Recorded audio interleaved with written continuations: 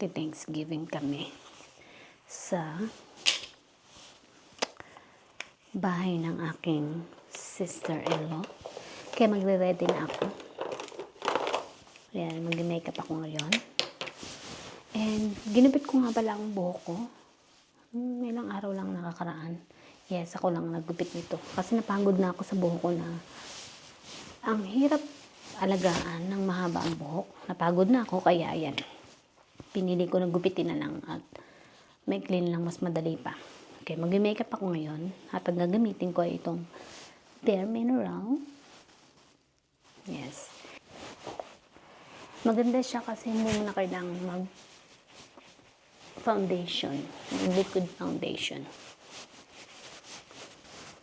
And 24 hours siya supposedly na nag-i-stay sa mukha.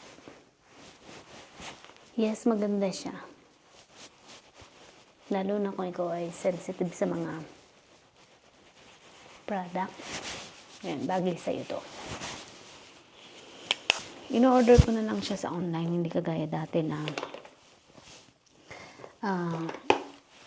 pumupunta pa ako sa store. Ngayon sa online ko na siya binibili. Ito naman ang gagamitin kong blush. Ito ay Anastasia Beverly Hills. At ang kulay niya ay dalawa na lang natitira. Naubos na yung isa.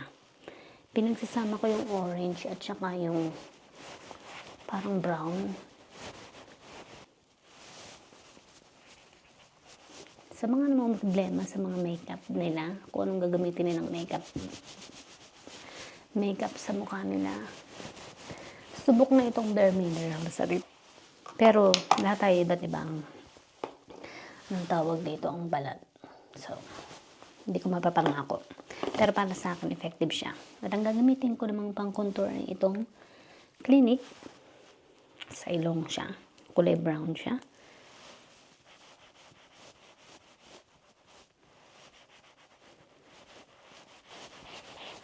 Sa pangkilay naman, ang gagamitin ko ay itong Anastasia Beverly Hills din na kulay.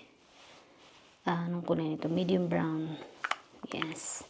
Magpapatato ako ng kilay kasi napapagod na akong magkilay araw-araw. Magpapa-appointment ako. Baka sa Lunes. Kasi naiinggit ako dun sa katrabaho ko na maganda yung kilay niya, pinatato niya. So naisip ko na magpatato na din para hindi na ako magkilay araw-araw. Kasi malaking may i-save ko na oras kung magpapatato ako. Dahil hindi ko nakakailangan yung magkilay araw-araw.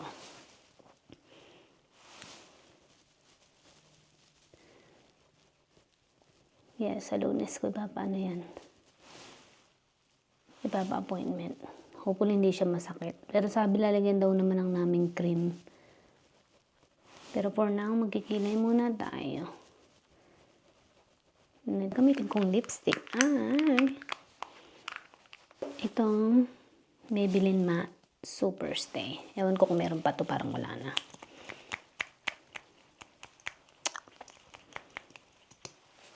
Oh, meron pa. Ayan.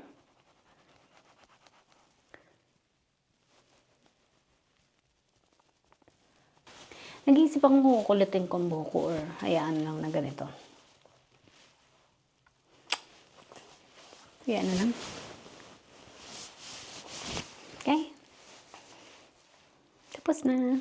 At yan lang po ang makeup ko for today. Kulutin ko ang buhok ngayon kasi feel kong magkulot. At ang gagamitin ko ay itong Revlon. Yes. Na 3 bar. Medyo nawala-wala na yung paghihilo ko ngayon. Siguro nga sa allergy din to. So, nag-take ako ng allergy medicine kagabi.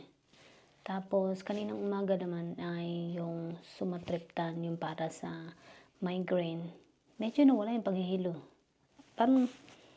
Parang tuluyang nawala yung paghihilo ko. So, may kinalaman to sa allergy ko.